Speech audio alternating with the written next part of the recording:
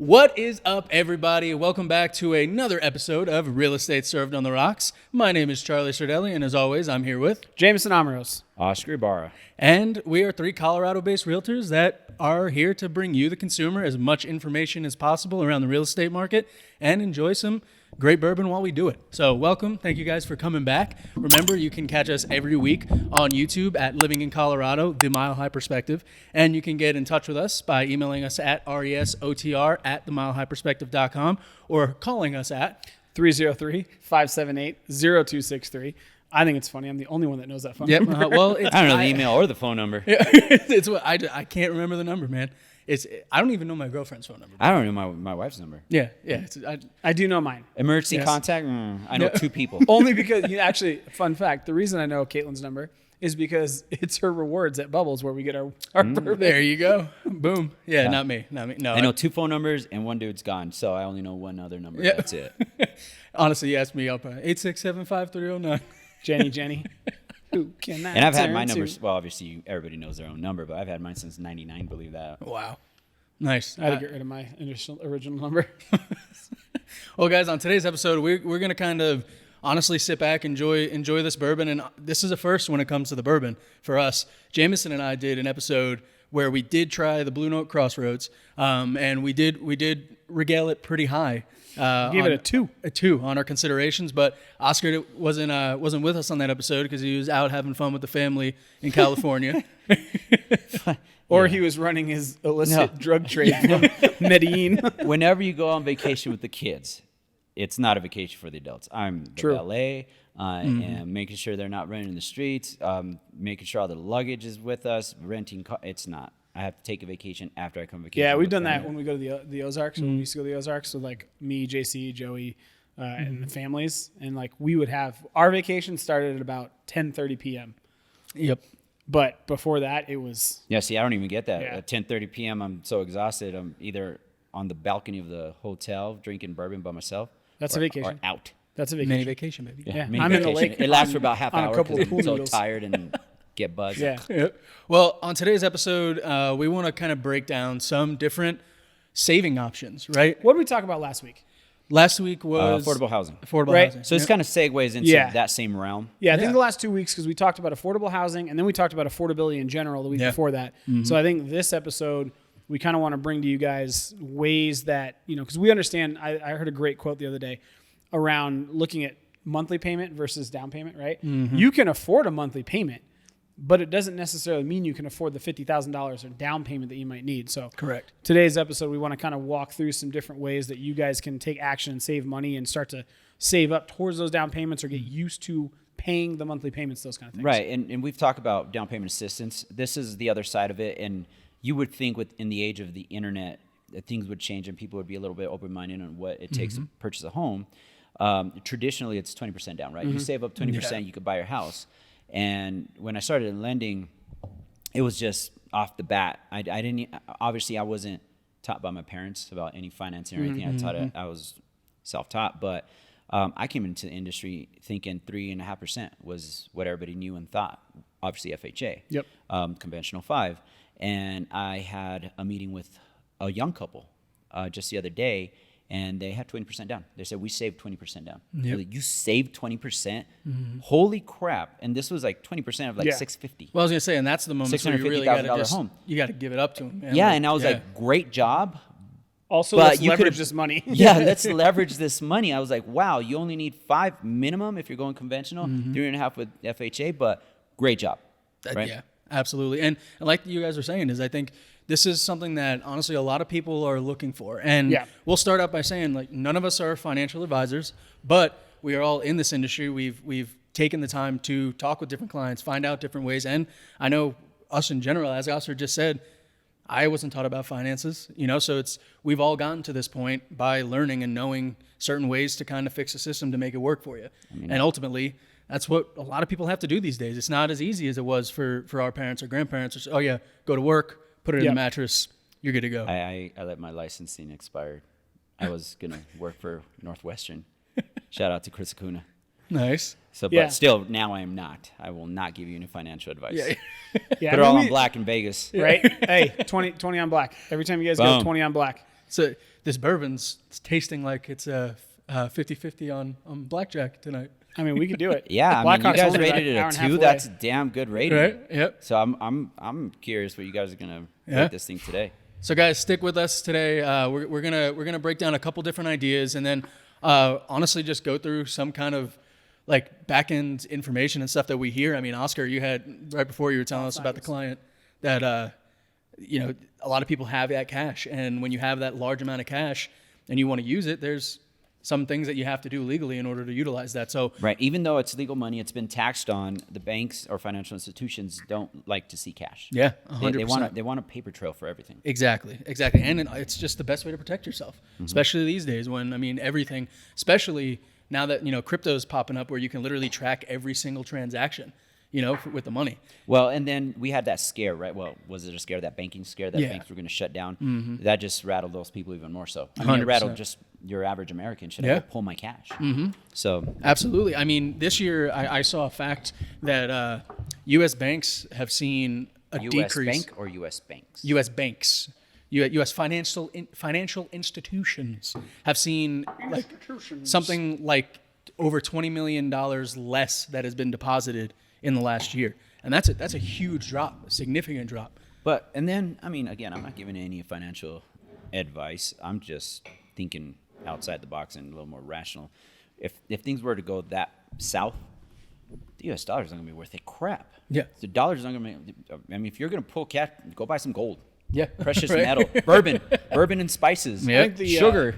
Spices. Oscar's over here. Yeah, I mean, we're on the Silk Trail. Yeah, Oscar's over seriously. here pirating the Mayflower. Because the dollar- You not gonna be can worth come crap. off as Genghis Khan, though, honestly. Hey, that's Like what a I do. Colombian Genghis Khan, just raiding the Silk Trails for thyme and cinnamon. And Are you trying to tell the viewers to buy other goods?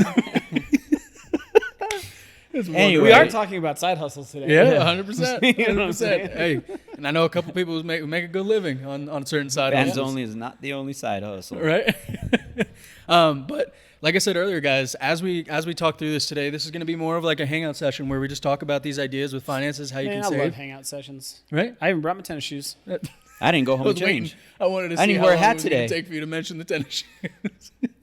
I'm overdressed. You're wearing tennis shoes. It's a good episode. I Hey, got before we taste this bourbon, you guys want a funny story about why I don't wear tennis shoes anymore? Mm-hmm. you So don't I used play to wear tennis? tennis shoes with everything, right? Okay. Jeans, dress pants, shorts, doesn't matter. Always tennis shoes. And I was the same tennis shoes because I hated buying shoes.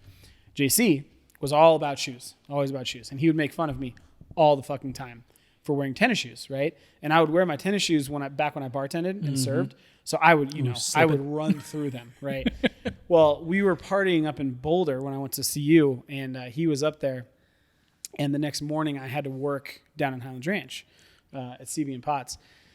And half the night he was ragging on me about my shoes, and him and I are driving home, and I had my shoes, my work shoes, in the back of the car, and he's sitting in the front seat. And he goes, you know what? Fuck this. Reaches into the back seat, grabs my only tennis shoes that I had, chucks them out of the car on C470 going on 75 miles an hour, and forced me to go to a Payless and buy nice shoes. Nice. And then since then, I've started to just like wear nicer shoes with like outfits and whatnot versus just tennis shoes, except for today. Yeah, no, not me.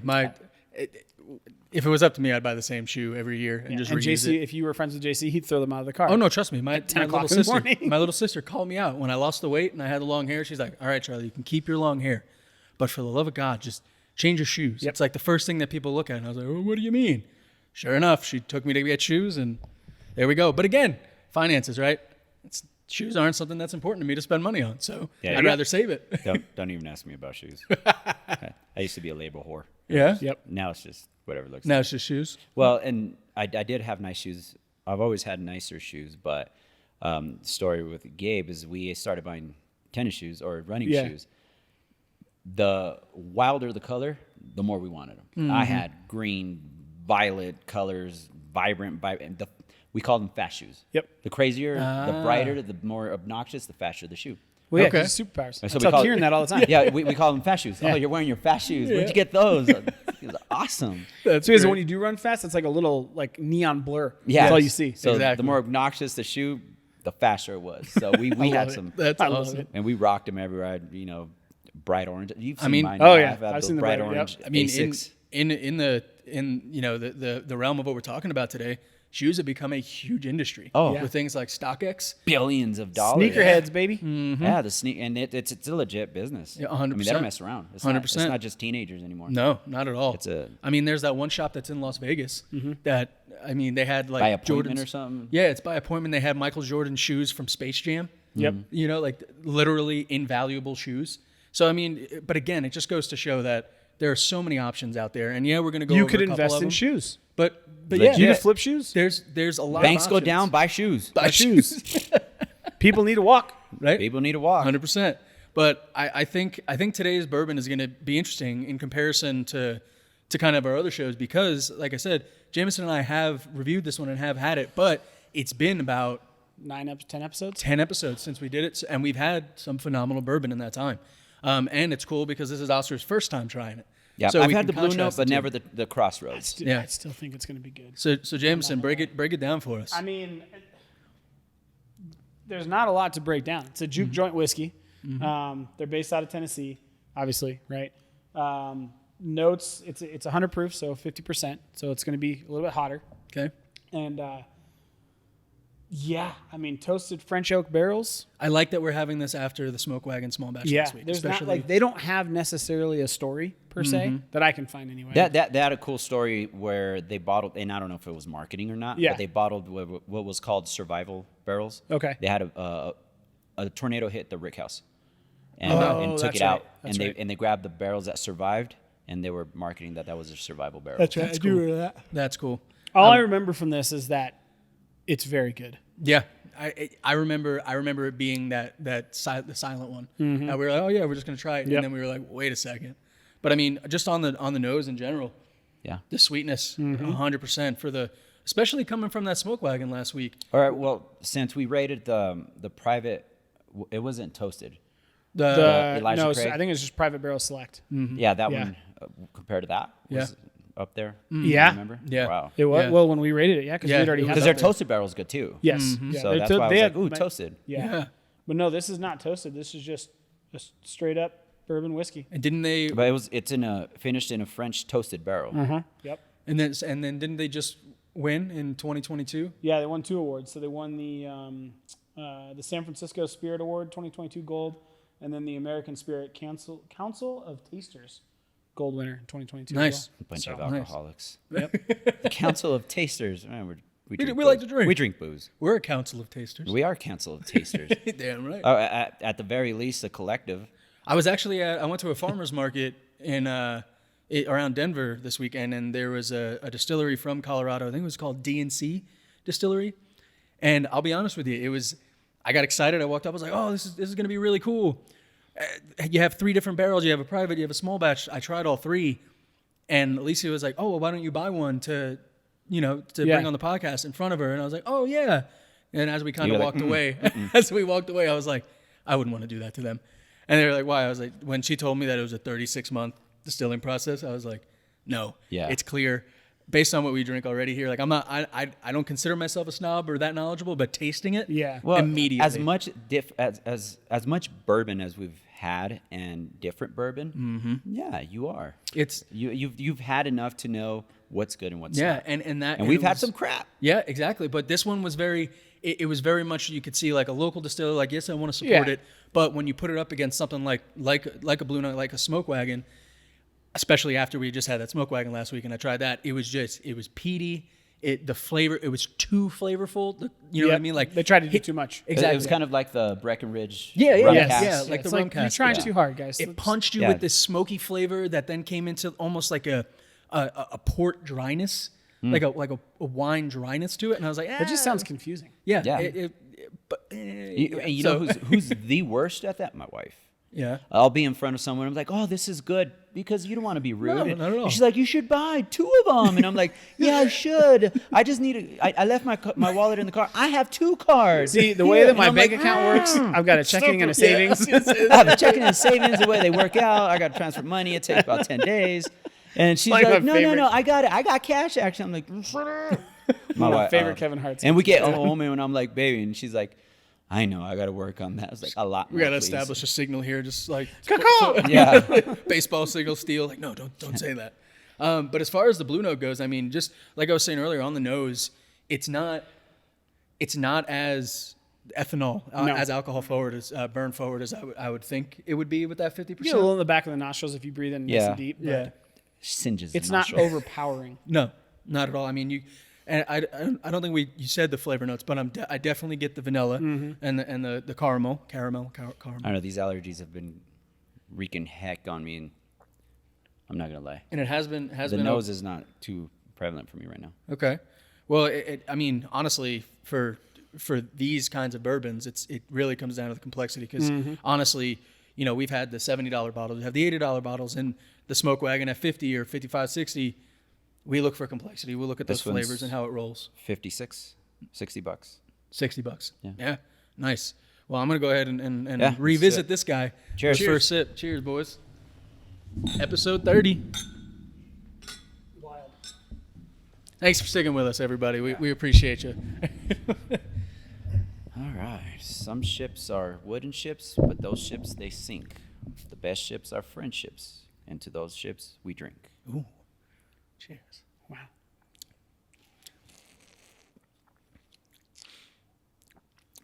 I mean, just That's good. I don't know about you guys, but this is the first time that I get spices. Like not a spice. There's not spices to it, but you can actually taste the transition from almost like a cardamom to a cinnamon, and then you get more of that vanilla sweetness at the end. It finishes smooth. Yes. Very. Yeah. I'm getting some like plum kind Yeah. of plummy flavors. Especially on the nose. The fruit definitely comes through on the nose. Yep. I mean, yeah. Still good. Still good. Still good. Still good. We'll see. Kind of like spice world-wise. And again, my palate might be all messed up, but like a clove almost. Yeah. Clovish flavor. Yep. Yeah, 100%. And like I said, but again, it evolves. It's It's complex. yeah. It has that flavor complexity that I've come to look for. I've come to look for. I like right? it. Good job, Blue Note. Yes. Yeah. With your laugh And- of the story. Guys, please go back and reference the episode. It was the title is how to capitalize or make the most money when selling your home. That's the episode that Jameson and That's I right, did when we had this guy, and I came up with Blue Note's story. And It's a good story. It's a good story. Talking about the crossroads, man. Yeah, it's a good story. It's magical when you mention jazz, blues, crossroads. The there's whiskey magic was involved. actually Bones. commissioned by Bone Slugs and Harmony. Yeah. Yeah. Crazy Bone. So, Right? This is an investor. Well, to kind of get It'd the be conversation. hilarious if he was. I'd buy a bunch more. Yeah. Just because of the story. Oh wait, got to give you guys the update. If you notice, I am able to drink this week. I watched Reign of Fire. I did it. finally. Finally. And what'd you think? Fucking great. Told you. You aren't lying. I fucking told Matthew you. McConaughey, man. I told you, does it again. How is he so cool? Because he has these childhood tattoos, he's jacked and he's bald and he just Yeah. pokes a cigar read Greenlight the whole Yeah. time. That'll tell you Yeah, how okay. and why he's so cool. Okay. Well, and that's, I know Matthew McConaughey from Dazed and Confused. Yeah. That kind of stuff. So That like was his first movie. Yeah, and he ad-libbed that movie. And Really? he still does it to this day on Wolf of Wall Street. Yeah.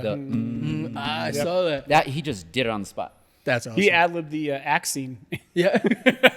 When he jumped off When the he tower. jumped at the off end. the tower. You guys got to watch it. I'll back Jameson up on it. You got to Yep, watch it. it's so It's a good. great sit back and just be like, this is pretty cool. Yeah. Especially when you think about it being 2002 for what they did. They still use practical effects, stuff like that. So It's good, man. it was Told really you, cool. it's good. But to kind of kick off the conversation on how can you save money? How can you kind of help and prepare yourself to build? One thing that I wanted to talk about today was the implementation of apps and in kind of helping people to save on the back end, right? And you see there's a lot of different opportunities out there. Some common ones, Acorn. Robinhood even now has a feature where they save as you spend. The one that I wanted to highlight, and again, we're not sponsored or anything like that, but I've personally been using this since I moved to Colorado. It started out as an app called Digit, but now it's called OpOrTurn. And basically what this app does is it uses an AI to track your spending, and it pulls money out of your account daily based on what you spent and how much you can save. So like for me, that's how I budget with my rent, right? So as I'm spending throughout the day, whether, on a Monday I go out to eat, I buy something, I buy something from Best Buy, whatever it is. The app actually says, oh shit, he spent a good amount of money today. I'm only going to pull $1, right? Or if I don't spend for 3 days, for me, it's pulled out as much as $250 in a day to save. But where that helps me is personally, like I budget, for me, I budget while I'm spending. So I look at my, where I am and go, I don't want to go below this, stuff like that. But now imagine that you have something that's doing that already for you on the back end, and then you budget on top of it. So a lot of the time I'd save up, or it would save enough to pay for the rent, which was anywhere between $800 to $1,200 a month. But then on top of that, if I did good on my budgeting, I'd have even more to save. And there were times that I was adding, I was pulling from that account, and I was pulling $1,800 a month because I was saving money. I was budgeting on top of it.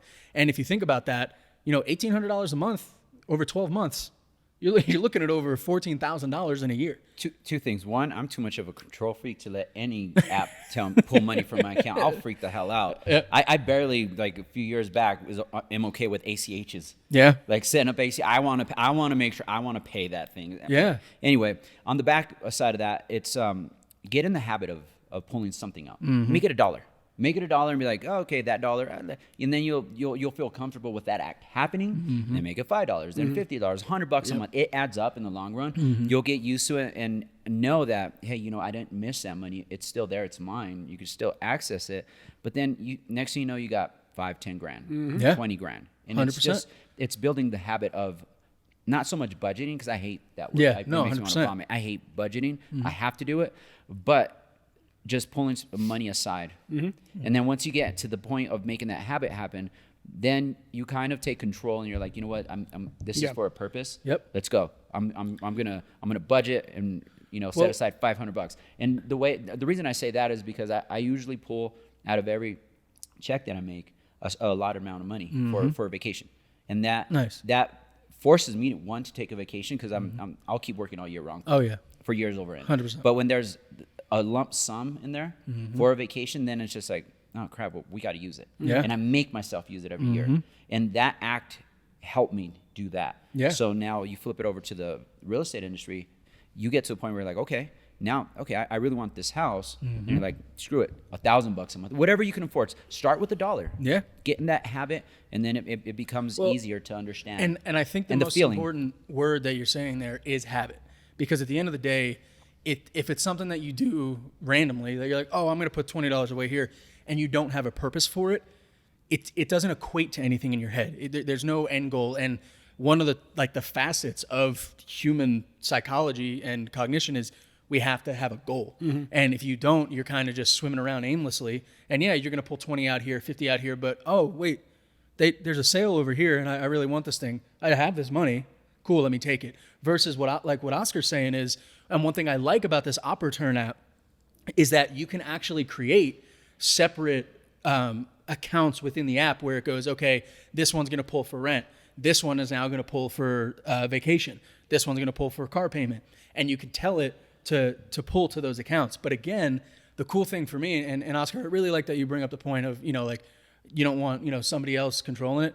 100%. Jameson, you gave me your cousin who's a financial advisor, 8 months ago now?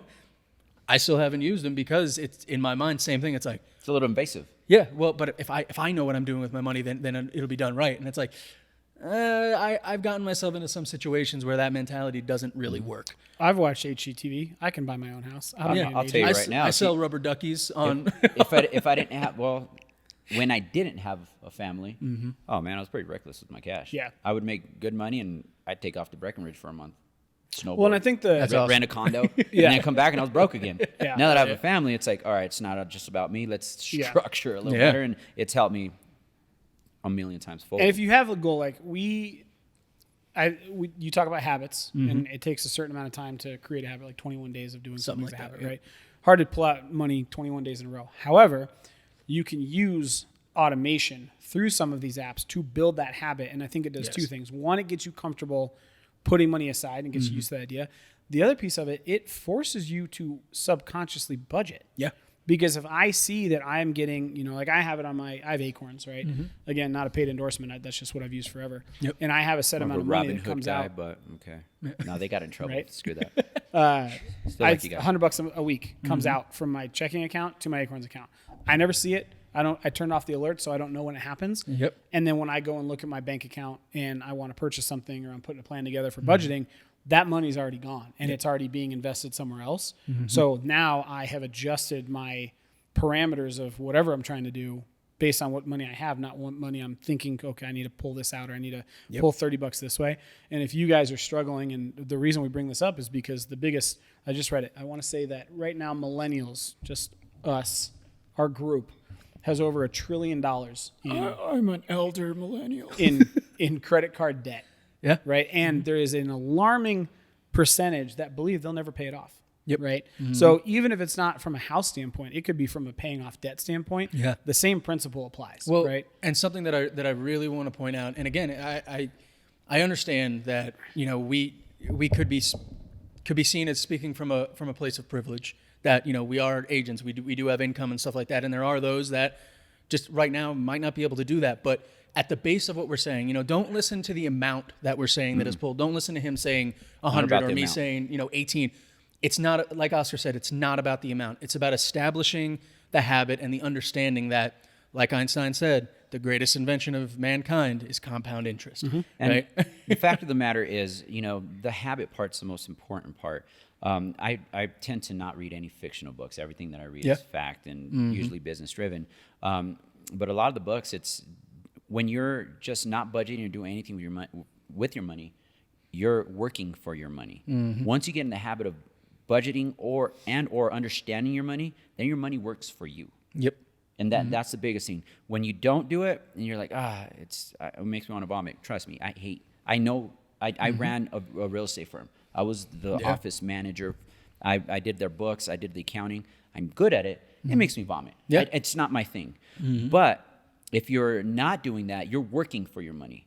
Yeah. But when you start with $1, get in that habit. Then your money works for you because you're understanding it and you're allocating it, whether it's in real estate, which we would love to help you with, or in other investment realms. So this kind of goes outside the bubble of real estate. It'll help you in your whole person. Yeah, 100%. And one of my favorite, honestly, I would say top 3 quotes for me, and it applies so heavily to, we talk about it's not timing the market, it's time in the market. We talk about habits and preparing and getting ready. And one of my favorite quotes around that is, there is no such thing as luck. Luck is only when opportunity meets preparation. And when you start talking about it in relativity to money and a down payment, guys, if your goal is to buy a home, or if your goal is to buy a house or a car, whatever it is, a PlayStation 5, start there, but understand that by taking these steps, by building these habits, by looking at certain things, maybe it's an app, whatever it is, you have the opportunity that there's a way to learn how to do it and get to that goal. Regardless of if it's a penny a day, $5 a day, $100 a day, you can get there. Luck happens, but it's not about luck and it's not hard. I actually got in a big argument with an agent at one of my real estate firms that I worked in. She said, "Oh, you're lucky because you're bilingual. You speak Spanish." And I said, "Lucky? Go learn Spanish. Yeah. There's no luck involved. You see, because I have a clientele that is Hispanic, and 80% of my book of business is speaking English only." I said, luck. I said, you didn't see the 80 hours I just put in the last 5 days. While you were sleeping, I was up writing contracts, searching the MLS. I'm up all night and up early. I got pissed because that week I was thin. Yeah. I had put in crazy hours, and that's not what we're saying to do. Is you got to work hard, but if you're passionate about something, you're gonna do it. 100%. And if you're gonna collect a down payment for your house, there's a way to do it. There's a structure. Make it a habit, and it almost becomes obsessive. Oh, next thing you know, you got 50K, 100%. And you're like, well, what else is there? I'll just invest. And that's another realm of real estate. Yeah. We call them the Henrys, high earners, not yet ready. Well, let's make it investment. Yep. Grab your buddies. Let's get you that loft above that bar you like to hang out with. And then now it's an investment because you charge them all rents. Well, and I love that you say that too, Oscar, because especially with me, like I definitely, and I mentioned it multiple times, but I come from the mindset of, I don't need money. I don't care about it. I want experience. I want to go, but I will say that the money that I spent to get my real estate license, and now I've been in the market learning real estate now for about a year, and it's the knowledge that it has forced me to gain around finances and even just understanding and Jameson's going to touch on this, what a CD is, right? Those little things and understanding financing in order to help people. The $450 I spent on that real estate course, if you don't want to be a real estate agent, that's okay. But that forced me, that was the catalyst for me to understand and grow in my money, right? And it's not rocket science. No. And in the age of the internet, you could look up most of these terms and get familiar. It's always about, I made it a habit early on during high school that if I ever read a book that was going to help me move forward in life, I read it with a dictionary. Yep. Because I want to understand every word that I just read. And that's how you should approach this. Understand what these terms are, and you're like, oh, it's not that hard, or oh, it's not that complicated. I could do this. Again, yes, you can do it. Knowledge Anybody could do it. Power. That's exactly the damn coin phrase of this podcast. And I'm gonna kind of take it.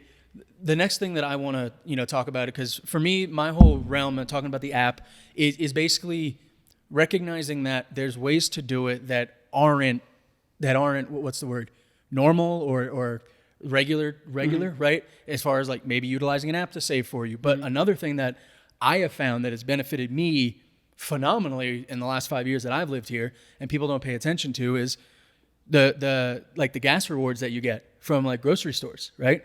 A lot of people don't recognize the fact that when you put your number in when you're at the grocery store, that number is to a membership account. And a lot of grocery stores across the country, Kroger is a huge one, King Super here in Colorado, Food Lion, Safeway, Publix, they all have these things where, Publix, right, where you go pay, you get cash back, and a lot of them have the ability to go then use that for gas. And you don't think about it, right? You go, oh, that's not, whatever, that's not really gonna save me a lot. I will tell you guys, when I first moved to Colorado, I moved here with 2 friends, 3 total ended up coming here with me. What I did was, hey guys, I know you go shopping, to save you a little bit of time, I don't want you to have to go through registering for this, so just use my phone number whenever you go buy groceries. I was buying gas for 98 cents a gallon. I saved over $2,000 every year for the 3 years that I lived with them, because of that. And all I was doing was going to buy groceries like I normally would. If any of you want to write me a check for $2,000 a year, yep, I'll take it. Well, and here's to take that a step further, and this takes a little bit of work, but in my head, then I go, okay, so you're saving that money, like you're not spending it on gas. But how do you automate it? So if you were to say, okay, I'm spent 98 cents a gallon and gas is $3.29, whatever it is, take the difference. Yep. Right? And whatever you paid at that pump, let's say you normally pay $65 and you paid $35.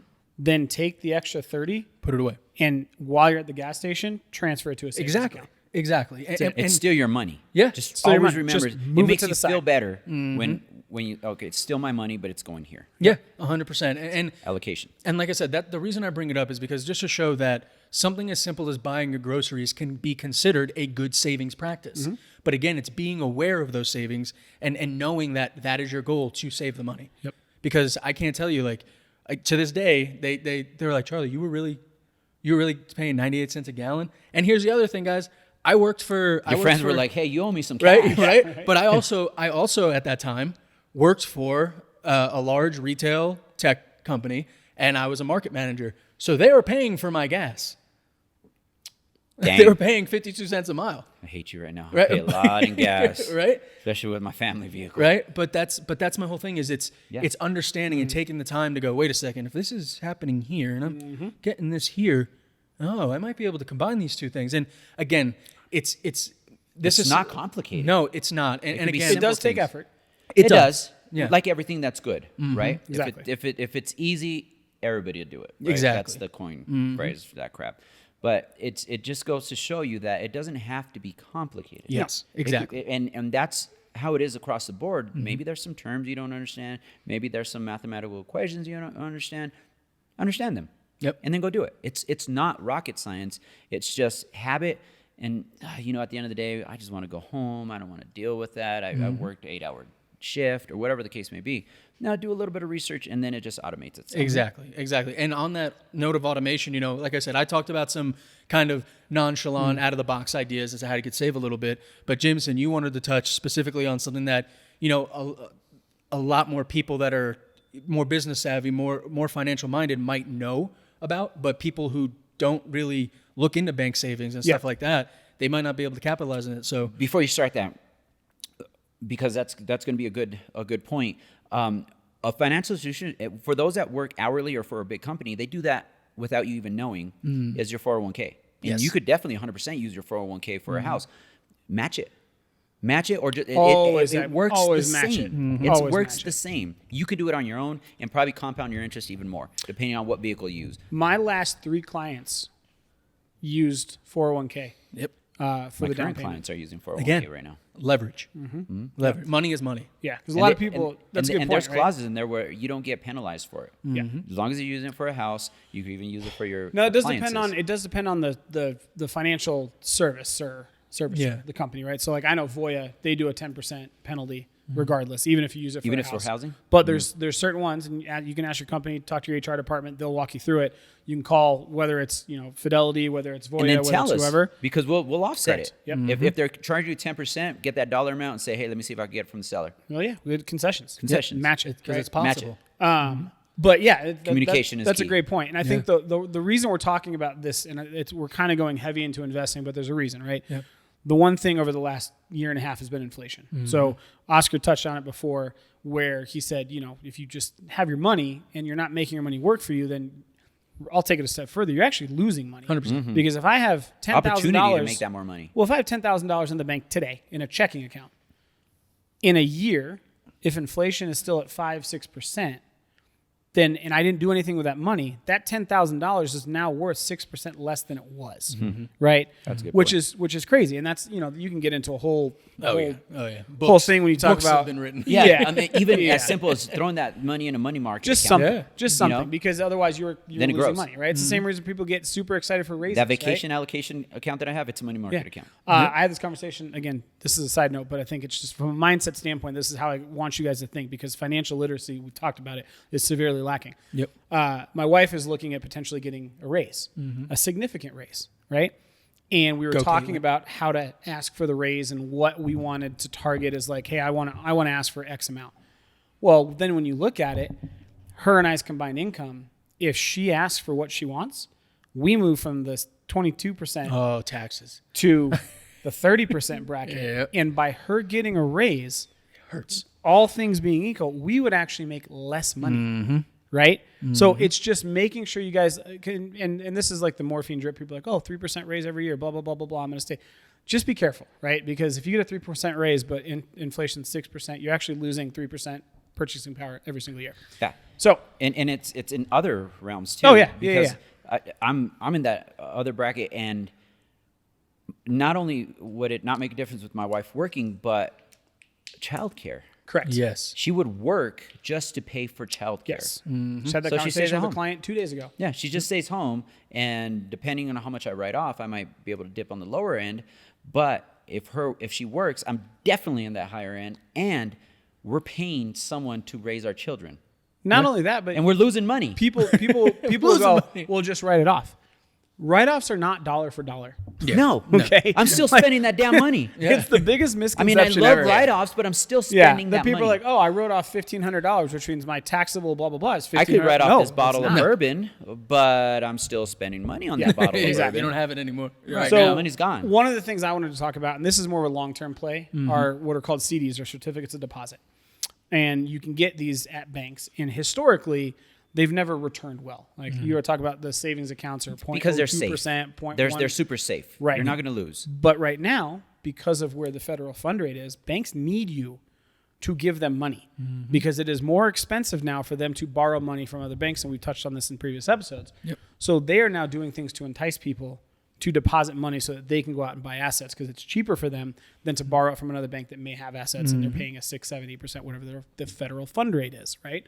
So right now, I can get a CD at most banks, a 1 year. They come in different maturities, right? Yep. 1, 2, 3, 4, 5, and the process I'm going to talk about is what's called a CD ladder. And then Right. again, we're talking like let's pretend they're deer in headlights. Yep. Maturity. Yep. So maturity just means if I buy a certificate of deposit for 1 year, I will earn interest on whatever money I deposited with that certificate of deposit for a year. After it matures or that year is up, I can then I can pull that money out along with whatever interest I earned. So if I put in $10,000 and it's a 5% CD or certificate of deposit after a year, then I can pull that $10,000 out plus the interest that I made on it, right? So what a CD ladder means is you do that exact same thing, but you do it with different maturity rates. So your money is always growing. And then as it matures, you have two options. You can pull it out, and then with that interest or whatever, you can now use that towards something like a down payment. Shout out to Allen Iverson's financial planner. Yeah, right? Saved your ass, buddy. Exactly. Because they did exactly that. They did exactly that. Or you can take that money and now you can reinvest it into a 2 or 3 year or a 4 year or a 5 year certificate of deposit. The key is the longer the bank is holding your money, the higher the interest rate you're going to get because they're enticing you to say, hey, if I got 10 grand or 5 grand or $150 or $1,000, I'd rather you keep it in my bank for 5 years than 1 year. I'll still give you 4% at 1 year, but I may give you 5.5% on 5. And understand why they're doing that. They're not like just keeping your money there and it's there and they're just looking at it. No, they're reinvesting it to make some money. They're doing what we're telling you guys to do. Yeah, so they're working that money. Exactly. They're working the money so they can make money and they're going to share some of that with you. But if that's what the bank is doing with But those. if you're somebody that wants to, let's say that you do want to save 20% down, right? And you've got a 3-year plan. Then a CD ladder might be a great opportunity if you have a larger chunk of change that you can put in to make it work for you and grow. You put a third of it in a 1 year, a 2 year, and a 3 year. And then at the end of the 3 years, you pull that money out. Now you have more money to use towards something like a down payment or to grow that 20%, whatever you need to. Or you get the 20%. You say, hey, you know what? I'm not going to buy a house for 3 years, but I have 20% down now. Okay. Are you going to hold that money? No. Put it in a CD ladder. And in 3 years, when you're ready to put that 20% down that you already deposited, well, now you have the 20% down plus all the interest that you made on that money for the last 3 years that you can use that for moving expenses, for furniture, for groceries, for whatever you need. And you didn't do anything. You didn't work any harder. Your money's make working extra for money. you. Exactly. Your money's working for you. And then for your gamblers out there, the higher the risk, the bigger the reward. There's some that you can lose, but let's say that you've earned all this money, you didn't do anything, you take $1,000, you put in a little bit more risky, it might yield you $10,000 at the end of the year. It might drop to $500, but you didn't really work hard for it. It's still your money. But then the riskier the vehicle you use, the higher the reward. I have a life insurance policy, whole life. I don't remember the term, but it also collects for my retirement. So I have an insurance policy for, I don't even know. I got to look back into it. But at the same time, it's saving money. So I have a purse of money that I could use whenever. I could borrow against that money for myself, so I could pull it out and then put it back in. So there's tons of vehicles out there. You just got to understand them and be okay with the terms. The bigger the risk, the bigger the reward with them. There's a lot of them out there. CD's a great one because you're not going to lose with the CD. You just have to work it a little bit different. But if you want something that ties into it, you go with a life policy with the savings. And it'll tell you it'll never go under, I think, 8%, but it caps off at maybe 14, depending on what the market does. And what's really cool for me is like, I don't know about you guys, but Oscar, you mentioned it earlier, like a lot of the books that you read is more business, right? And it's funny because, as you see, as we hear social media coming about, we hear TikTok, oh, it's just kids dancing and stuff like that. I take pride in the fact that when I scroll through my feed, it's legitimately all business talk. It's financial talks. Now, the reason I bring that up is because we talk about there being a lot of information out there. But a lot of the time, you're going to hear, and I can't tell you how many videos I've seen like this where it's like, all right, so what you're going to do is you're going to go start an LLC for $50, and then you're going to go take that LLC, you're going to open a business account, and you're going to, and this guy's talking about how easy it is to get a $250,000 loan with a business account LLC. At the end of the day, it's still a loan. Yeah, exactly, and that's where there is information available, but again, it is your responsibility, the individual's responsibility, to then look further into it to see what benefits you the most, right? And just to Jameson's point about that CD, Jameson, how did you find out about that? The CD, Google. He was Googling Bone Thugs and Harmony CD, and you were like, what is this CD? Yeah. I was like, Bone Thugs and Harmony intro song to financial advice episode. and it came up with CD. But no, to my point is you just looked it up. Right. Yeah. So, but here's the important part. Not only did I look it up, but then I went to 4 other websites to just verify the information. Exactly. And my parents, no, I learned zero from them about financial freedom, working my own money, investments. Hell, I remember my dad saying, "Why the hell do you want a checking account? You ain't got any money." Mm-hmm. Really? Yeah. My 5-year-old has an account. Mm-hmm. My 2-year-old's about to get an account. I'm setting them up so they don't have to go and trip over the same stone I did or go through the hoops to learn this. Mm-hmm. They don't teach this in school. None of us learned it in school. No. But it's out there. Yep. And it's not rocket science. Mm-hmm. All you have to do is understand it, take a little bit of time, maybe an evening or two, and then you're like, okay, I'm digging. All right, I'm going to dig a little bit more. And then you might find out that you love this, and then now you're freaking investing in stocks. Yeah, off to the races. It's off to the races. When I worked at Best Buy, or when I was working in Best Buys, traveling around, I was talking to 18, 19-year-olds that are like, oh, yeah, I'm just working this until I get to this $5,000 cap, and then I'm actually going to go and start doing stock investing and do all that kind of stuff. And I was like, hold up. You just told me that you're 18, or you're going to turn 18, you're 17. That's what you're looking at doing? And he was like, oh, yeah, man, I follow this guy on YouTube, and he actually showed you how to track it, and, it shows the numbers and the parameters. And I was like, God damn it, I wish I had that shit. Also, there's just a disclaimer, okay? Because the stock market gets me heated. Yes. Yeah, it's crazy. Gambling. It's Wild West. If you are going to look at investing in the stock market, just do me a favor and listen to Warren Buffett. Yes. Okay? Just listen to Warren Buffett, because you see this on like TikTok and whatnot, where like the hot thing is like these day traders like, oh, I just made $25,000 today and blah, blah, blah, blah. And they show these like private jets and shit. Lot too. Thank you. How much capital did you use to get in there? Well, not only that, but the statistic is only 1% of day traders actually make money in the stock market. Versus if you were to take that same money, talk to somebody like my cousin, right? Shout out Chris Rosa, Capstone Financial, and invest it into an ETF that just tracks the S&P 500. Mm-hmm. Yeah, it's not as flashy. You'll make money, and it has outperformed every single hedge fund in history. Or real estate. Or real estate. Or real estate. Right. It's tangible. Exactly. One, it's tangible. Two, it's hard for you to lose money. Well, and they ain't gonna make more land. Well, and They you ain't mentioned making Warren no Buffett, more land. right? You mentioned Warren Buffett, and one of his like key mentions that he always talks about is everybody wants fast money, nobody wants slow money. Right. But the United States system is set up for slow money. Mm-hmm. You make the right choices, and you get advised by certain people. You can capitalize over time, but unfortunately, we are moving more towards this instant gratification, and everybody wants to do the day trading. Everybody wants to do the sneaker flipping, where it's... And we have books, guys. I have a plethora of books. If you want to contact me or email me, I have a bunch of books that help with this. Even with crypto, you don't have to just buy crypto. Episode idea. Let us know if you guys want us to do this. I'd love to do it where we like each took a book that we broke it down. Not broke it down like all the way, but like maybe like the top 2 or 3 key points in each one, and just discuss it just from a literacy standpoint.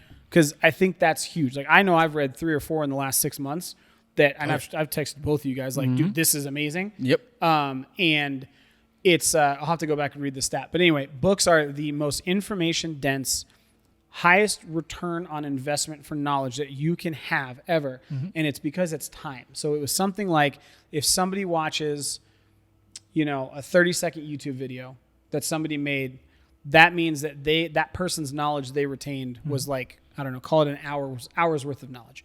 If you read a magazine article that's about 1,000 words, it normally takes somebody anywhere from 3 to 4 months to write that article. Well, so you've gained 3 to 4 months worth of knowledge by reading that article in an hour. Yeah. If you read a book, there is hundreds and hundreds and hundreds of hours of research, knowledge, interviews, etc. Experience that I could take 6 hours of my day, but I am essentially gaining over 2.5 years of knowledge and experience just by reading a book. So, and I want to put this out there for the non-readers.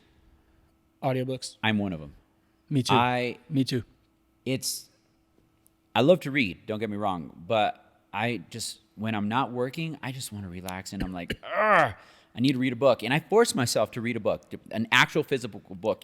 I force myself to do it at least once a month. At least once a month. I hate reading, and it's not because I'm not good at it or because I don't know how. It's just, I hate sitting still. I read the same sentence 3 times. Yeah, and it's okay because you need to understand it. I'll read a paragraph again if I didn't fully understand it, and that's where the dictionary comes in because there's a word in there that you didn't understand and you forgot what you just read. So you go back and you find that word, you define it, and then you retain all the information. There's a lot of tips and tricks for reading because I did struggle with it because I finally figured out I don't like sitting still. I don't. So for the non-readers, you're not alone. There's a ton 100%. Of us. I have a controller for a big accounting firm. Dude makes a ton of money. We were at a table in Vegas, and my buddy Gabe loved to read. That was his passion. If he had 10 minutes, he was going to read a book. Wow. He just loved to read. My wife loves to read. Yeah. We were sitting at a table, and my buddy Gabe was like talking about books, and he was talking to this other guy, Don, and then finally the guy that I'm talking about, you know who you are, I'm not going to call you out. He's like, dude, I fucking hate reading. And he had to be one of the more successful people at the table. He goes, I fucking hate reading. And that's okay. You don't have to love reading. You just have to get the information you need, grab the book, or audiobooks. There's a ton of audiobooks. Most of my reading, I force myself to read at least one book, but I go through audiobooks like crazy. Yeah. And then that's when I got into the nonfiction books. And then, depending on the season, I listened to Vlad the Impaler, all kinds of other stuff. Well, and it comes down to because I drive in traffic all day. My commute, I put audiobooks on. Well, and it comes down, and guys, I apologize. I love quotes, but again, it's knowledge, right? And the quote of, we stand on the backs of the giants that came before us. That is a legitimate, the definition of what a book is.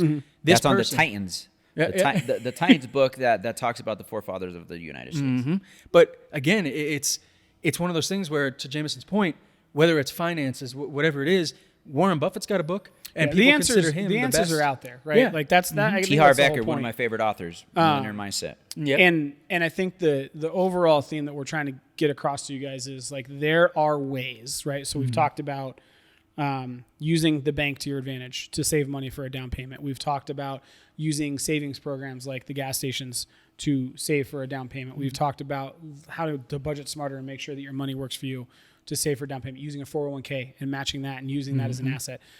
There is one that I really wanted to talk about just to kind of give you guys, like, especially the renters. So if you're renting, this one's for you. Your forehead's looking shiny, so I know my tan head right now is. Yeah, it's hot in here. I got sweat marks. The AC in here is, and then I didn't get home to change. And I'm also getting heated because we're talking about and we're heated. It's a heated conversation. It's hot as hell in here, so please excuse if I'm all greasy and shiny. But so when I look at renters, two big obstacles come to mind. Affording a down payment and affording or getting used to the monthly payment, right? Because even if I'm renting at $1,800, $1,900, $2,000 a month, if I'm going to go buy a $400,000 duplex townhome, small single family, my mortgage is going to be around between, call it $2,500 and $2,800 a month, right? So a lot of people will ask me, well, I mean, it's a big jump, and how do I save up and how do I get used to it? Here's an easy way. Talk to us and a lender. We can give you guys a general idea of what you qualify for just based off your income and your debts and your assets, right? And we can, with some confidence, and it's not a pre-approval, but with some confidence, we can say, hey, you would be approved for up to $400,000. And then we can run, and I always lowball this, right, from a credit score standpoint, down payment standpoint, what your monthly payment's going to be with PITI, right? Principal, interest, taxes, insurance, and then HOAs if it's a condo. And if I go, okay, you know what you guys want to afford is $2,650 a month. That's going to be roughly what it is. You guys pay $2,000 a month in rent. This is what you guys can do. Because number one, you're going to have to pay that anyway, right? If you're looking need a roof over your head. If you're not going to get a different job with a significant raise, whatever you're doing now, that's what you qualify for. That's what you're going to pay on a house. Here's my suggestion. Take the difference between what your estimated monthly payment would be on a mortgage and your rent. And when you pay your rent every month, pay what your mortgage would be. Okay? But you don't pay that towards your rent. You just take the difference and you put that to the side once a month. What that does is it does two things. It forces you, and if you're living with a spouse or a partner or a boyfriend, girlfriend, whatever it is, it forces you guys to rebalance your budgets because now an extra $650 a month is getting taken out on the first of the month. That's the first thing it does. So it gets you used to paying those monthly payments. Number two, you are now putting $650 a month aside that you can then use and save and put in a CD or put in a savings account that has a higher interest rate to then use for your down payment when you guys do go to purchase a home. Well, sorry, I was chuckling over here because he said first of the month, another Bone Thugs and Harmony song. Oh, it's a Bone Thugs and Harmony. It's a Bone Thugs and Harmony thing. God, I wish YouTube didn't have copyright laws. And honestly, a lot of the stuff that we've been talking about really deals with, institutions, financial institutions. I was going to go into that. Right? And putting money into a bank, putting money into an account. Please or into a put it stocks. in the bank because right now, banks don't like mattress money. And when we talk about mattress money, is cash at home. Well, and that's what I was going to allude to is, Oscar, you've dealt with it a significant amount in your career. And it's, so let's go to Oscar and say, hey, Oscar, so what if I don't trust those institutions and I do have significant amounts of money? Let's say I do have 20% down and I have 30 grand, 50 grand laying around and I want to utilize that. Can I come to you right now with that money and utilize it and not have anything to worry about on the back end? No. Even though it's even though it's cash that you've already paid taxes on, banks don't know that, right? So banks are forced to report back to the IRS if there's large deposits going into your checking or any account. They're called CTLs, currency transaction logs. If it's over $9,000, they got to track it and they got to report it. So I understand you want your money and you have it at home. I have money at home. JG Wentworth has gone over this multiple times. Oh yeah. So the thing is that you want to put my money and I want it now. And why it should be in a financial institution is because they're going to do the grunt work for you. They're going to be able to track it, and that's all they want. The underwriters that are giving you the loan, they just want to track. They want a track record of where this money came from. Now, if you have this money at home, and I was talking to the guys that I sat in a CHAFA class that they were trying to work around it because we have, the United States is a melting pot of all cultures and all people around the world. And around the world, some countries don't have credit. 100%. If you own a house, you buy cash. Yep. Or they do have institutions that are very, very sketchy. Yes. So they're not, I'm not going to trust my money in there. So they keep it at home and they come to the United States and they have the same habits. It's not a bad habit. Actually, a great habit. It's a great habit. Yeah. It's a freaking great habit. It's just not a great habit in a nation that's built on credit. Absolutely. Yes. So if you do have that mattress money at home, we call it mattress money, just cash at home, whether you have it in a safe or in your mattresses, whatever. Or in the walls. Whatever, put it somewhere. Breaking Bad style. The reason for the that Ozarks. is the underwriter wants a trail of that money. Yes. And it's because Uncle Sam wants to make sure they have their money. So you have to deposit a certain amount each month, and it might take a few months to do it. But that's why. It's not because, we're like, that's dirty money. No, the banks want to know that that's not laundered money. And to that point, they're going to assume the worst. They're going to assume the worst. So you have to put it in a financial institution, put it in some vehicle, put it in a money market account so it could gain some interest. I have $0 in savings accounts. I have money market accounts if I'm going to have high dollar balances. And here's a great point to kind of tie into that, right? Is we had Colin on an episode and we've talked about it otherwise, but the bank statement loan. Right, we talked about that kind of a financing. Absolutely. Now, if you start looking at that and you don't want to go through financing, you can't if you're in whatever situation it is. It doesn't. If you want to utilize a bank statement loan, it's not like you have this $100,000 and then you go to your lender and say, hey, I'm going to use a bank statement loan, and then you go and deposit $100,000. That's going to throw up more red flags to the institution than anything else. So even if you're preparing, Uncle Sam's going to come do a freaking audit on you. First of all, 100%. Even if they look. If you're trying to, because you said, trying to look ways around it, it's very tiptoe when you start thinking like that. Because at the end of the day, and we talked about it before, Uncle Sam's going to get his, right? Like that he's going to. I mean, trust me, on my end, if you came with a suitcase full of money, $500,000 to buy a house, I'm like, do it. Give it to the title company. I had nothing to do with it. Right, yeah. It's easier on me. It's not about us. It's about the process, and that's what we're here for. But to understand the process of why they're doing it. Exactly, and to Oscar's point, talking about it's we're very privileged now, just as a society, to have access to the information at pretty much any point in time, right? So in the past, when information didn't get spread on, in with a click of a button, you could take some time, you could get away with some stuff. But now, when you're making such big purchases, when you're making big money moves, even when you're saving a good amount of money, because it doesn't even matter if you're spending it. If you get an institution, a bank, that they say this dude's depositing $50,000 every week and a half, they're obligated to then go, hey guys, you might want to keep an eye on this. It's not something that they're sitting there going, oh yeah, just give us your money. Like, we have systems in place. There's ways to do it. Unless you're talking to the guy that tears blood on Casino Royale. Yeah.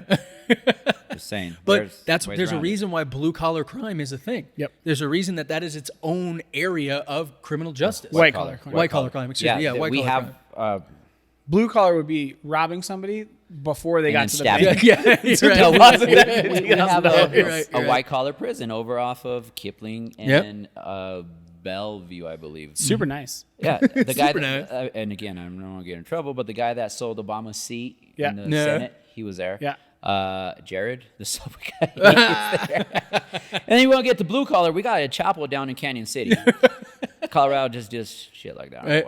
Well, I mean, honestly, guys, I think, this conversation was a little bit more freeform and it's more open discussion, but honestly, this is what we want to have with you guys, because we want this to feel ultimately like you're sitting here drinking some bourbon with us and we're just having a conversation. And I know I am lucky to be in the presence of two people who not only, have been successful in the industry, but have built themselves to be here, and I'm able to learn from it. And that's something that for me, I value from these conversations. And again, the reason that we have these conversations is because you guys are just sitting here looking at the camera. You guys are spectating. You're here with us. So on that note, comment, let us know. If you have questions, reach out to us, right?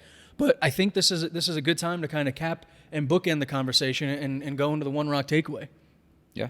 I mean, for me, it's not rocket science. It's not something that's going to be taught at school unless you go to, an MBA, micro, macroeconomics, all that stuff. Yes, you'll learn it there, but it's not out of reach. Yeah. Take it from someone that, my degree is supposed to be in architectural design. I didn't finish. I'm still here, but I learned it the hard way. We're in the era of the internet. Look up some of these terms. You'll find out they're not as complicated as you thought. Talk to your local realtor. Talk to your local financial planner. Don't just buy the whole, Walmart package of whatever. No, deep dive in it. Well, what if I do this? What if I pull my IRA? What if, there's different ways to make your money work for you in the investment realm. And then in turn, buy some real estate with it. Real estate, you're not going to tank in real estate. We've done it Buy once. dirt. Yeah, Buy dirt. Yeah, or gold or silver, whatever the hell you want to do. Just make your money work for you. Do something. It's not rocket science. It's not something out of your reach. If it is something that you're not comfortable with, there's people in place. You pay them some money and they'll do it for you, but you can still do it. Nice. You want to take it, Jim? Or you want? Yeah. I honestly, my rock takeaway is more. I just want to summarize because I think it's important to just condense everything that we talked about, so that you guys can kind of digest it, right? So when we talk about ways that you guys can go about saving for a down payment on a house, because ultimately that's what we want you guys to be able to do, we talked about using fuel points at grocery stores and then taking that difference and moving that cash somewhere else so that you can save it. We talked about budgeting as if you were already paying a mortgage, right? So my example, $2,000 rent, you're approved for $2,700 mortgage. You take that extra $700, you pay it along with your rent every month, but you pay that to yourself in another account. It becomes normal. What else did we talk about? We talked about IRAs, CDs. So certificate of deposits. If you guys want to use the financial institution, I think this is more for somebody that does have a chunk of change that maybe is a little bit farther out, and you want to make sure your money continues to grow. Using something, and the process is called a CD ladder, where you invest in multiple maturities. So a 1-year CD, 2-year CD, 3-year, Start with a 4-year, money 5-year. market account. And then a money market account. Put your money away. It's gaining cash, and once you have that lump sum, go to the CD. Yep. A couple others that we didn't get a chance to talk about, and we talked about it off camera. Side hustles, right? You can sign up for DoorDash right now and make $900 a week. And oh, by the way, you can write off the mileage on your car. Pressure washers cost $450 at Home Depot. Oh, let's not talk about pressure washer. I bought a $100 pressure washer. I've been pressure washing everything I have. Yep. My father was like, you just need to do that once a year or maybe twice a year. I'm like, I'm pressure washing everything. But it's out there. Well, and I think that's the important part. So I know that some people are going to look at this and go, this is unfair. We shouldn't be in this position to even talk about the fact that I have to be a DoorDash driver in order to afford. Don't look at it a as down a payment on a DoorDash house. driver. No, that's my point. Well, I think necessity leads to creativity, and that's not a bad thing, right? What I will tell you is, and we've talked about this on the last 3 episodes, the housing market's not going to go anywhere from a price standpoint. If anything, it's going to get more expensive. I was telling Charlie this yesterday.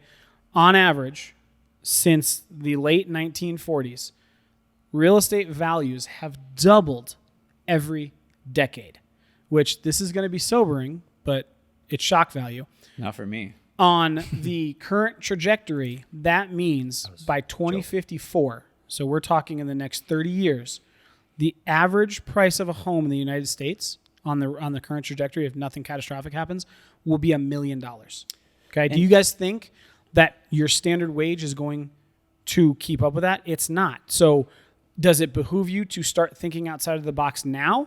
Or do you want to wait 15 years and go, fuck, what do I do? That's the whole point of this conversation. It's not saying, yes, we understand affordability sucks. We're trying to give you guys ideas that are maybe creative, something that you guys haven't thought of, so that you can move forward with a different mindset and go, you know what, here's the problem. And instead of complaining that there's a brick wall in front of me, I'm going to find a different way to build a ladder and get over the brick wall. And I respect the hell out of when I jump in an Uber and we get to talking, and he has his day job, but he's like, this is my side hustle because I'm doing this. I don't look at it like, oh, it's my Uber driver, my DoorDash. No, I'm like, hell yeah. All right. Because I come from the school of hard knocks. You may be smarter than me, but I'm going to outwork you. Well, and that's what I come from the school of soft knocks. Highlands Ranch represent. However, I agree. Hustle is hustle. I don't care where you're from. You either hustle or you don't. And you either get creative or you don't. That's it. Well, and we're trying to give you guys the tools to do that. And this is where, from my One Rock takeaway, and as I wear the hikadelic shirt, and I always talk about the human element of it. The one thing that as far as a One Rock takeaway, if I could sum it up, is be vulnerable with your money. And what I mean by that is, we have created this idea in the United States, in our culture, between friends, where it is taboo to talk about money, right? And people are scared to share it. Or I know for me personally, like right now, 100%, the market's pretty hard, and I don't have right, and I don't have an established circle. I don't have an established sphere, so I am utilizing and leaning on other opportunities, Upwork, freelancing, videography, photo shoots, whatever it is. OnlyFans. Not yet. But if you guys want to see it, let me know. But what I mean by be vulnerable with your money is be willing to have those conversations, be willing to talk to people about finances and say, hey, I'm struggling. What have you done in the past in order to help yourself and learn from that? Because at the end of the day, it's on you. And if you sit back and you say, oh, poor me, this is happening, it's going to continue happening. Get rid of the victim mindset. And it happens at all categories of income. I don't like talking about my finances. Yeah. Like, I don't. I make a decent living, but I don't want to talk about it with anybody. I'll talk about how broke I am. I don't fucking care. Well, not even that. Whether you're broke or you make a lot of money, just let's fix that. Yep. If you're broke, let's bring you up here. And if you're here, let's bring you here. Yep. Just talk to somebody that's knowledgeable about it and do something about it. Exactly. Don't just sit in the dark. Yep. Exactly. So, phenomenal episode again, guys. But I'm excited. Honestly, Oscar, I'm kind of going to force you to take the first one on this, but let's go ahead and move into our bourbon review for the day.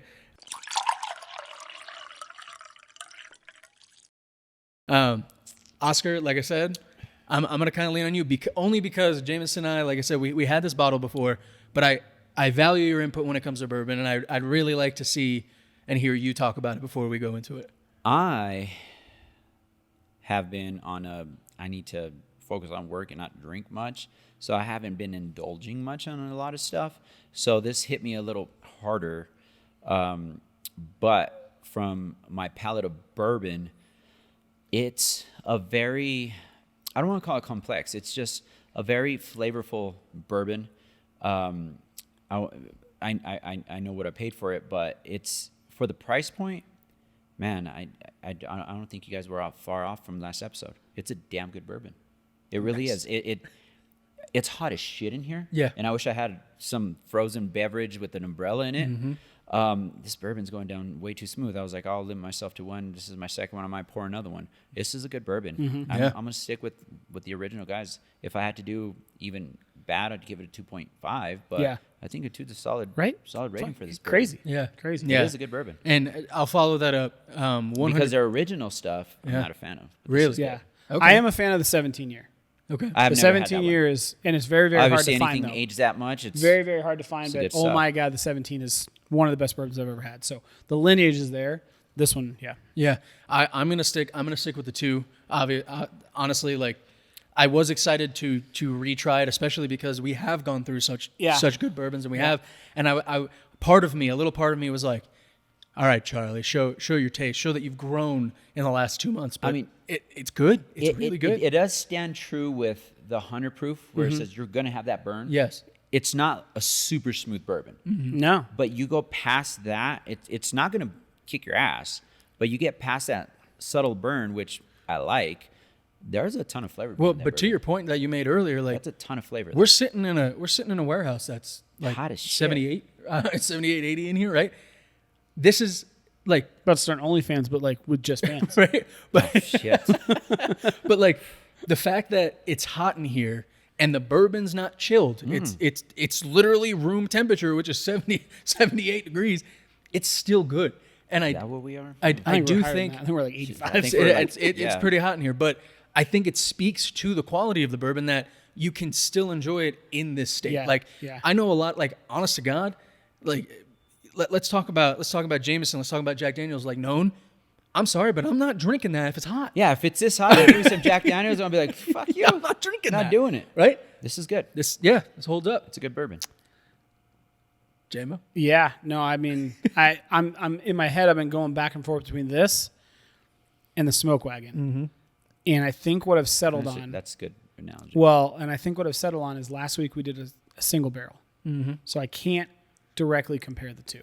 Yeah. You know what I'm saying? So if I take Smoke Wagon, just Smoke Wagon, which is a highly rated bourbon, this is better. I think. And we rated the single barrel 2.5. Yeah. I'm going to bump this to a 2.5. Yeah. I don't know if I can put it over that single barrel from last week, even though it's different because that was a 58% versus 50%. That's how I feel.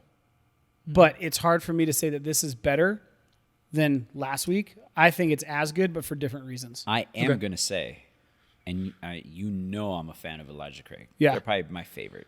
The go-to. They're not the best, but they're my go-to. I love Elijah Craig. Their toasted barrel and this one, I picked this one. I would also, yes. I would pick And this their over toasted barrels, Yes. great. And again, I look at it with the Smoke Wagon last week, and the complexity is there for both. I think they're two very different tastes. Oh yeah, 100%. So it's hard for me to say that one's better than It's the apples other. and oranges. You know what I'm saying? Yeah. Like the Smoke Yeah. Wagons, I'm going to pick the Smoke Wagon. Because I mean, I came to this am. right. I'm either I either have to lower the Smoke Wagon to a 2, or I got to raise this to a 2.5. Well, I'll raise this to a 2.5. And I'm going to if raise you're it to a gonna do 2.5, Okay. which is phenomenal. see, and I think this is a good point to bring up. That for me, the reason I would keep this at a 2 over the Smoke Wagon is because I like sweet.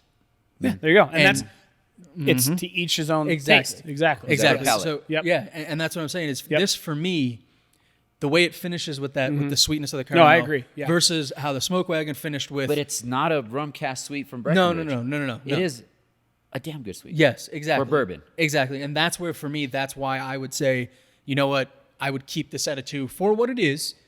And honestly, I think the fact that it's not a small batch gives it even more efficacy.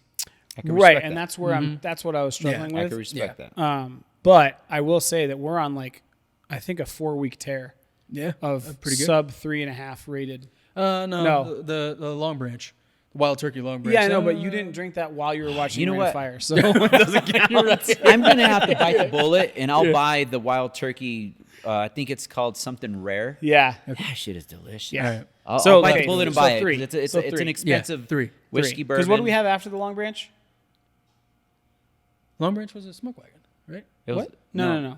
We had I Long came Branch. back with the Smoke Wagon. Yeah. And I think Oh, we the had Long Branch episode before? before that Yeah, you Long did the Branch Wild before this. Turkey. Okay. Okay. And What do we I have actually before gave Long Branch then? I gave the Wild Turkey out. I thought we had something that was. Hey, can we do some scotch?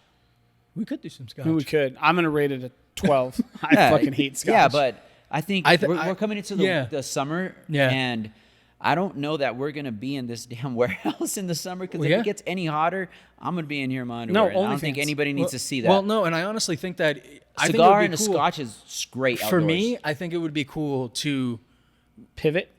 to try it because we have been on this bourbon Because kick. Scotch is still on the rocks. I mean, It's either on the rocks I was or going to say, neat. is real estate served on the rocks? It doesn't say bourbon. It served doesn't on say the bourbon. Although Right. we love our bourbon. I mean, technically, I could get some sangria in here. Yeah. You can put some vodka in there. Some Carlo Rossi. which and Smoke go to Wagon town. makes vodka. I'm They just do. saying. They do. No, yeah, this is, I think, 2.5. Yeah. Obviously, one of the best whiskeys Great. we've had. If you guys can find it, it's not super expensive. This is actually a little bit cheaper than the single barrel smoke wagon we had last week by about Great. $10. Great drinker. Fantastic drinker. Yeah, I'm a fan. Go for it. I'm a fan. Go Blue for Note, it. very nice job. Yes, Yep. absolutely. Well, guys, thank you so much for joining us on another episode of Real Estate Served on the Rocks. You can find us at Living in Colorado, The Mile High Perspective, or you can, again, reach out to us, RESOTR, at themilehighperspective.com, or call us at Yeah. 303 578. Go for it, J-Bo. Something, 05. 303-578-0263. Charlie, where can they find you on social media? That Lifting Agent on TikTok, The Lifting Agent on Instagram. Oscar, what about you? Oscar the Grouch. Oh, no, not Oscar the Grouch. OscarTheRealtor.com. And hey, show the people your Show it off. My swag. This is my swag. You'll find it all over social media. This is my new... So, been in the industry forever. I'm not that realtor that wants the glamour shot anymore. I got an avatar. Here it is. OscarTheRealtor.com. Look for that. It's everywhere. Fuck yes. You guys can find me, the Colorado Real Estate Guy, pretty much anywhere. Website, Facebook, Instagram, TikTok. And once again, guys, living in Colorado, the Mile High Perspective. If you're watching this, you're already on the channel. If you're listening to it, hey, give us a rating. We'd love a rating. Yep. Just let us know what you guys think of how we're doing. If you're on the YouTube channel, drop a comment. Let us know what you guys think. And if you guys are out there talking to friends and family and strangers about the real estate market and something comes across like, man, I want these idiots to talk about this, let us know. And if you're still here with us, we appreciate you. We love you. Hell yes. Yep. And know that we're here for you. Call us up. That's right. Buy dirt. That's right. Cheers, boys. Cheers. Another great episode.